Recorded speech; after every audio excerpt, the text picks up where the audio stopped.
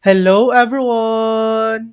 In this video, I'll show you how to get money from Zelle without a bank account.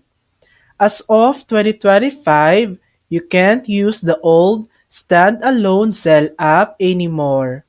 But you can still receive money if you have a US-based Visa or MasterCard debit card from an eligible financial institution or fintech app. Just open the Sell option in the app that issued your debit card. Enter your phone number or email and link your debit card. Once you're enrolled, money sent to you through Zelle will go straight to that debit card. And that's it. That's how to get money from Zelle without a bank account. Thanks for watching. If this video helped you, please like and subscribe for more helpful tutorials.